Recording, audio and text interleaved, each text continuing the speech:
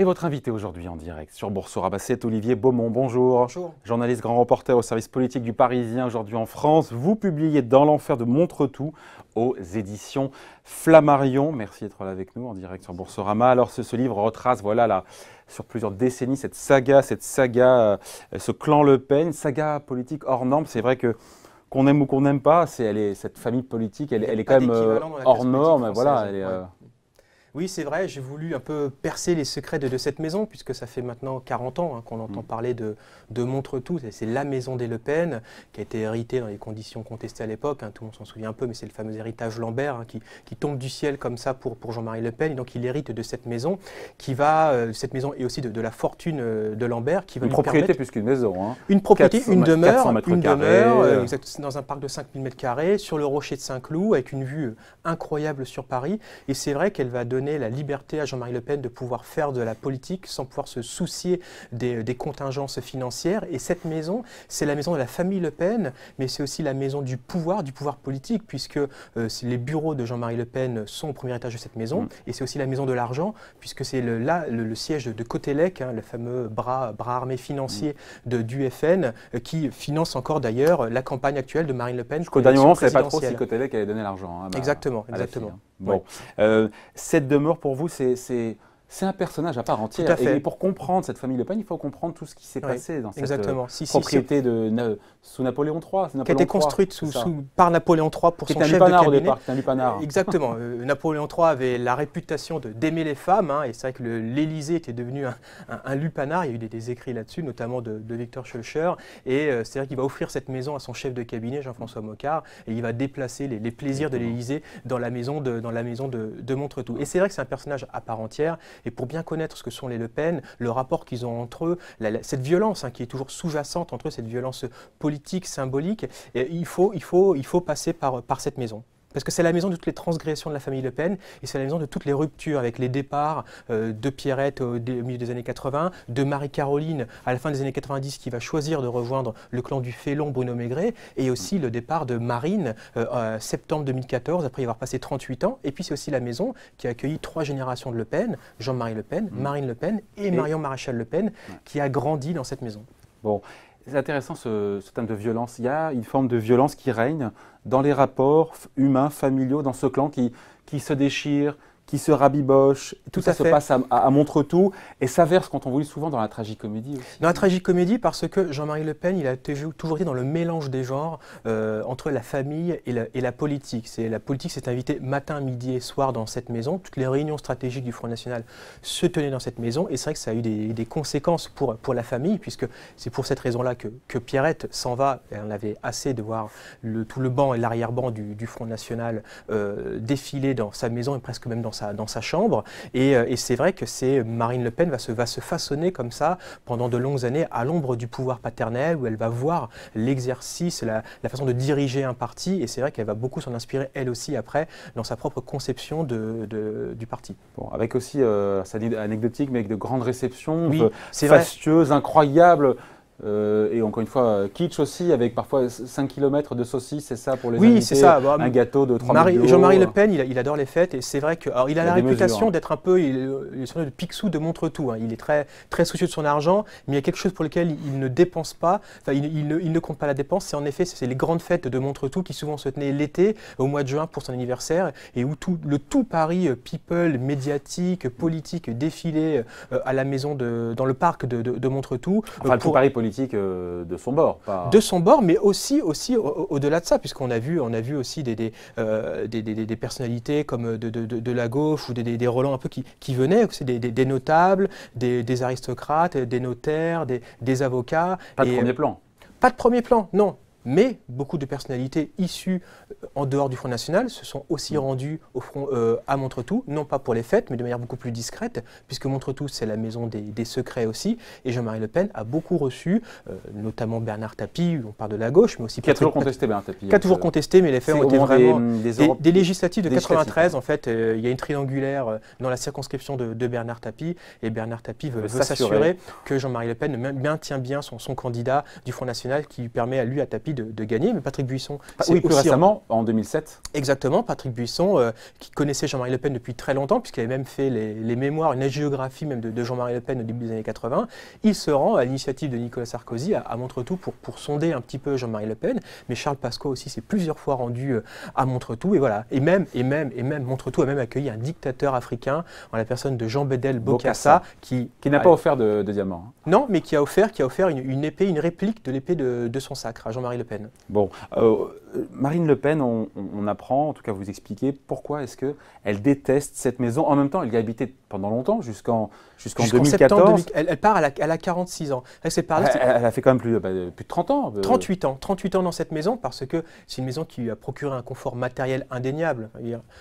Elle a vécu après d'où la Châtelaine de Montretout, mais c'est vrai que financièrement parlant, c'était voilà, elle n'a pas eu à payer de loyer pendant toutes ces années. Elle est juste à côté de Paris, avec un parc. Pour ses enfants, c'était quand même plutôt confortable.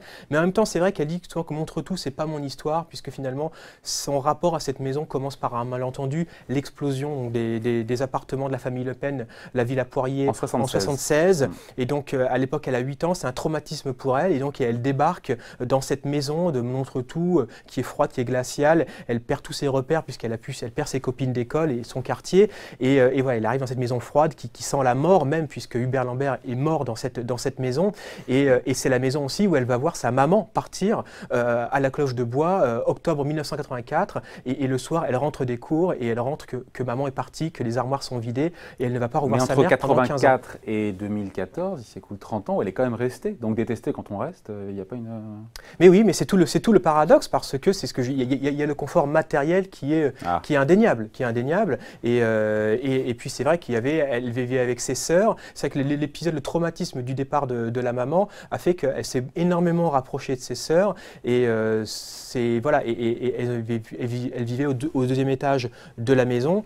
Et quand Yann aussi, elle est enceinte et qu'elle tombe, elle devient la maman de Marion. Marine est là. Il y a vraiment elles sont très très soudées entre elles, tout le temps là pour s'aider. Donc elle reste jusqu'en 2014. Pourquoi est-ce qu'elle part? Parce qu'elle parle, vous racontez l'anecdote, une histoire entre chien et chat, mais ça c'est la goutte d'eau qui fait déborder le vase. Mais il faut se souvenir que quelques mois auparavant, il y a eu les propos réitérés. Son chat s'est fait dévorer pendant ses vacances. Elle était en Espagne. Voilà, elle est en Espagne en fait. Et il y a le bulldog de Jean-Marie qui bouffe son chat. Alors ce sont des bâtards bas rouge, labrador, sergent et major, et en fait elle est en vacances et Marine Le Pen, elle adore les chats. Elle dit que c'est une femme à chat, et si elle faisait pas de politique, elle ferait un élevage de chats. Et c'est vrai qu'elle avait un chat bengale dont elle s'était entichée depuis plusieurs semaines déjà, et elle est en vacances, elle reçoit un coup de fil et on lui apprend que Artémis, son chat, vient de se faire dévorer par sergent et major. Et là pour elle, c'est la goutte de trop. Elle dit qu'il faut qu'elle parte décidément de cette maison, sachant que quelques semaines auparavant, Jean-Marie Le Pen a réitéré. La vraie raison n'est pas là. Mais voilà, il y avait déjà une rupture politique qui était amorcée, puisqu'il y avait eu les propos d'Henri Varol sur Pétain et sur les chambres à gaz. Et voilà, et c'est le départ de Montretout, il est très symbolique, puisque c'est une façon pour elle déjà de tuer le père, de rompre ce lien avec ce père trop encombrant dans la perspective de cette campagne présidentielle. De 2017. Elle est ce qu'elle est aujourd'hui pour vous, à vous lire, Marine Le Pen? Son tempérament, sa façon de s'exprimer, tout ça s'explique justement à cause ou de par son enfance à Montretout? Oui, et puis aussi parce que c'est ce que dit sa maman Pierrette, c'est ce qu'elle raconte dans ce livre, Pierrette Le Pen Pierrette Lalanne aujourd'hui que j'ai pu rencontrer, c'est que Marine Le Pen, c'est Jean-Marie Le Pen. Ce sont des personnages qui sont très semblables, et c'est vrai que voilà, c'est dans cette maison où elle a... Semblable de quoi? Dans le tempérament, dans le tempérament, ce sont des combattants. Et puis elle va apprendre aussi, Marine Le Pen, il y a le sentiment du devoir de réhabiliter le nom Le Pen. Marine Le Pen se plaint toujours, parfois peut-être en exagérant un petit peu, mais d'avoir souffert du nom Le Pen pendant ses études à l'école, ce que dit aussi Marion Maréchal Le Pen. Et c'est vrai que chez elle, comme chez la petite fille, il y a ce sentiment du devoir réhabiliter quelque part, au-delà de la cause nationale, mais ce nom Le Pen. Bon, livre passionnant. Il y a certains esprits mal intentionnés qui vous ont reproché de servir un peu les intérêts de Marine Le Pen avec ce livre. Parce que, évidemment, on est dans la psychologie, on est dans l'humanité, dans l'anecdote. Je peux comprendre. Quand vous parlez de la fragilité, de la tristesse de Marine Le Pen, etc. Ça me fait penser comme dans l'émission, vous savez, sur M6, Le Marchand, Ambition intime. Oui. On l'a fait un peu le même reproche. Vous dites, j'ai vu une interview que vous avez donnée, je crois que c'était à RMC, c'est ni à charge ni à décharge ce livre. Le travers qu'on peut parfois avoir quand on traite du Front National, c'est de se dire, puisqu'on le diabolise, et eux cherchent à se diaboliser, c'est de dire on va se faire le Front National, on va attaquer les Le Pen. Mais aujourd'hui, le Front National, il y a quand même près de 30% des Français qui y ont envie de mettre un bulletin de vote pour Marine Le Pen. Et ce livre-là, je dis oui, il n'est pas à charge, il est ni à décharge, parce que moi j'ai essayé de comprendre un peu à travers le prisme de cette maison, qui sont ces gens, quelle est cette famille. Et je rappelle d'ailleurs très régulièrement dans le livre qui est Jean-Marie Le Pen, les outrances qu'il a eues, la façon dont elle-même aussi, Marine Le Pen, elle s'est comportée vis-à-vis des siens. Et c'est vrai qu'à partir du moment où on est dans les personnalités, c'est difficile d'être manichéen, de dire qui sont les biens, qui sont les méchants. Il y a ce volet psychologique en effet. Qui est assumé, qui est totalement assumé. Oui, mais qui est assumé. Et donc, et je laisse vraiment le libre choix au lecteur de se faire son propre avis sur cette famille qui, pour moi, est une famille qui n'a rien de normal. C'est ce que j'explique dès le prologue, en fait. Et dans cette famille, finalement, l'anormal est devenu la norme. Et c'est vraiment ça qu'il faut vraiment comprendre. Chez les Le Pen, il y a ce côté un peu barré perpétuellement. Bon, on est à 40 jours du premier tour. Olivier Beaumont, j'ai la chance de vous avoir sous le coude. Vous couvrez l'actualité, je l'ai dit, de la droite et de l'extrême droite pour le Parisien aujourd'hui en France. Cette question, on se la pose tous. Est-ce qu'elle peut gagner alors qu'aucun sondage ne la donne aujourd'hui gagnante au second tour. Aucun sondage ne la donne gagnante. Peut-elle gagner C'est vrai, mais il faut voir quand même que dans les intentions de vote pour le second tour, elle est quand même créditée maintenant de 40%. Donc il y a ce fameux plafond de verre. Le plafond de verre qui correspond en fait au report de voix exactement. Entre le premier et le second tour, qui ne joue pas mathématiquement sa faveur. Qui ne joue pas mathématiquement sa faveur, puisque pour se qualifier pour le second tour, grosso modo, il faut avoir 8 millions de voix. Pour l'emporter, il faut en avoir le double, 16 millions. Donc ça va être très compliqué pour Marine Le Pen. On voit qu'elle installe aujourd'hui le second tour avec qui? Avec Emmanuel Macron, qui lui engrange, a beaucoup de soutien. Il y a encore la rumeur depuis ce matin concernant le rapprochement avec Manuel Valls, alors qu'elle, à côté de ça, elle n'arrive pas. On voit bien qu'elle fait des appels de pied depuis plusieurs semaines à Nicolas Dupont-Aignan, à Henri Guénaud, à Jean-Frédéric Poisson, à Philippe de Villiers. Voilà. Il y a des discussions, il y a des passerelles qui sont possibles, mais il n'y a pas de grand ralliement comme peuvent l'avoir Emmanuel Macron. Et c'est vrai qu'aujourd'hui, je pense que... C'est ça qui ferait la différence, c'est ça qui lui manque pour crever le plafond de verre. Bien sûr, parce que les poches de résistance, aujourd'hui, elles sont encore très fortes, même si le PS se porte mal, et même si les Républicains, aujourd'hui, sont très déboussolés par la candidature de François Fillon, il y a encore un socle de droite qui est très fort aujourd'hui, et un socle de gauche qui, lui, n'a pas dit son dernier mot, même s'il ne se retrouve pas forcément dans le projet de Benoît Hamon, et donc on peut supposer qu'ils iront voter contre Marine Le Pen au second tour. Marine Le Pen reste très marquée par un épisode qui, quelque part, a été le début de son engagement, son véritable engagement politique, où elle s'est dit peut-être qu'un jour je prendrai les destinées de mon parti. C'est l'entre-deux-tours de l'élection de 2002 où elle voit qu'il y a toute la France finalement qui défile contre son père. Et c'est là qu'elle va voir les limites de la diabolisation de Jean-Marie Le Pen, où elle se dit il ne gagnera jamais. Et finalement, elle s'installe déjà là-dedans. On voit bien dans les attaques qu'elle fait depuis plusieurs semaines contre les médias, contre les systèmes. Elle est déjà en fait dans cette campagne d'entre-deux tours où elle se pose comme la candidate du système face à Emmanuel Macron, qui lui serait le candidat du système. Exactement, et c'est là où elle a compris, à mon avis, le piège justement de ne pas renouveler l'expérience de 2002 où ce deuxième tour, ce second tour de la présidentielle, dans quelques semaines, se transformerait en un référendum pour ou contre Marine Le Pen. Et là, pour le coup, elle ne pourra pas y échapper. Oui, mais si c'est ça, a priori, elle devrait perdre. Si elle réussit justement, c'est ce que vous disiez, à faire un référendum pour ou contre le système, les élites, la mondialisation, là, il y a peut-être une voie de passage.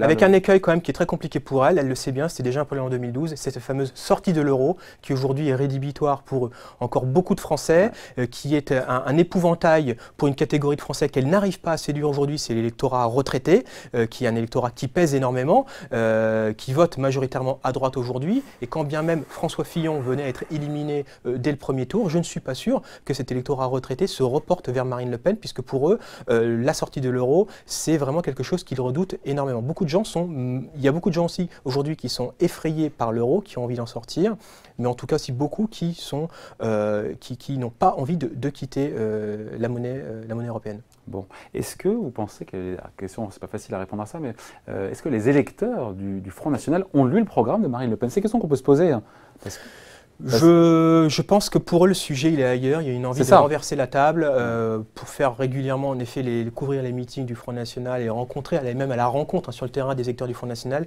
Il y a ce sentiment qu'on retrouve d'ailleurs aussi chez les électeurs d'Emmanuel Macron, de vouloir renverser la table. Aujourd'hui, il y a une véritable défiance même à l'égard des partis politiques traditionnels. La droite comme la gauche n'ont plus la cote et surtout, ils ont déçu. Nicolas Sarkozy a déçu, François Hollande a déçu et finalement, on se dit dit que ce sont toujours les mêmes personnages, toujours les mêmes visages qu'on voit depuis plusieurs décennies. Et donc, il y a aussi, chez une partie des électeurs de Marine Le Pen, des gens qui sont certains d'aller voter pour elle, mais pas forcément pour se dire qu'on est d'accord sur tout, on n'est pas forcément d'accord sur son projet économique, on a conscience qu'il y a des limites, mais en même temps... Notamment les affaires aussi. Il y a les elle affaires. prône la tolérance zéro en matière de délinquance, elle ne se présente pas devant les juges. Non, non. Mais ça glisse. Bien sûr, mais en même temps, donc, ils se disent qu'elle, on n'a pas essayé, donc comme les autres, ils n'ont pas fait mieux, pourquoi pas elle? Et en effet, sur les affaires, ça lui glisse dessus, mais vraiment sans aucune difficulté. Pourquoi? Parce que les affaires, il y a cette fameuse affaire des assistants parlementaires européens, c'est quelque chose qui est un petit peu technique pour les électeurs. Ouais, c'est l'Europe, ça touche à la cause européenne, c'est un peu loin, donc finalement, les gens ne s'intéressent pas trop, quoi.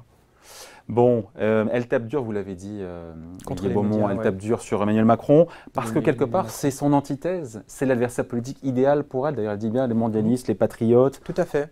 Oui, tout à fait. Et puis, elle essaie de raccrocher Emmanuel Macron au bilan de François Hollande, à son passé, à son passage auprès de la banque Rothschild. Donc, c'est vrai que pour elle, elle a le sentiment qu'Emmanuel Macron, lui, c'est quasiment un candidat de second tour qui est servi sur un plateau, parce que c'est sûr que si c'était François Fillon, ce serait plus compliqué pour elle. Je pense que les passerelles seraient beaucoup plus nuancées, puisque François Fillon, il est sur des thématiques similaires dans certains points par rapport à celles de Marine Le Pen, hein, sur l'immigration, sur l'identité, sur la sécurité. Alors qu'avec Emmanuel Macron, c'est beaucoup plus tranché. Et elle fait le pari, en effet, qu'il y a chez les électeurs de droite, alors, pas chez les retraités, je viens de l'évoquer juste avant, mais chez cette droite dure qui pourrait être tentée demain d'aller voter pour elle si c'était Emmanuel Macron. En tout cas, c'est un discours qu'on entendait beaucoup quand il y a l'hypothèse du plan B, du plan Alain Juppé, qu'on interrogeait les militants qui étaient dans les meetings, dans les salles. On leur disait, si jamais François Fillon se retire et si Alain Juppé y allait, est-ce que vous voterez pour Alain Juppé? C'est un argument qu'il d'ailleurs il a utilisé. Exactement, et c'était systématique, mais c'est vrai, mais c'était c'était réel. Moi, je l'ai vraiment testé. C'était un meeting à Nîmes, un meeting de François Fillon. Tous ceux que j'ai pu interroger dans la salle, je n'ai pas fait les 4000 personnes, mais j'en ai fait pas mal. Il n'y en a pas un qui m'a dit qu'il voterait pour Alain Juppé. Et dans les deux tiers, un tiers, c'était soit on votera pas, mais pour une majorité quand même, c'était on votera pour Marine Le Pen. Bon, on termine là-dessus. Le plafond de verre, il peut exploser. On l'a vu encore une fois, ce plafond de verre, lors des dernières élections régionales. Elle fait 40% au premier tour, un score très fort. Elle aura fait 40 au second. Oui, oui. Est-ce que le Front républicain sera encore efficace en 2017 ? Le Front républicain, d'ailleurs, c'est un terme qu'on n'utilise quasiment plus aujourd'hui. On en entend un peu parler, mais c'est vrai qu'il sera le moins... principe est toujours là. Le principe est toujours là. Il sera moins fort, moins puissant qu'il a pu l'être par le passé. Je pense que ça reste quand même très compliqué aujourd'hui pour Marine Le Pen de l'emporter, compte tenu de toutes ces configurations. Bon, voilà. En attendant, vous pouvez vous délecter de l'enfer, dans l'enfer de Montretout, signé Olivier Beaumont. C'est aux éditions Flammarion. Merci d'avoir été avec nous en direct sur Boursorama. Au revoir.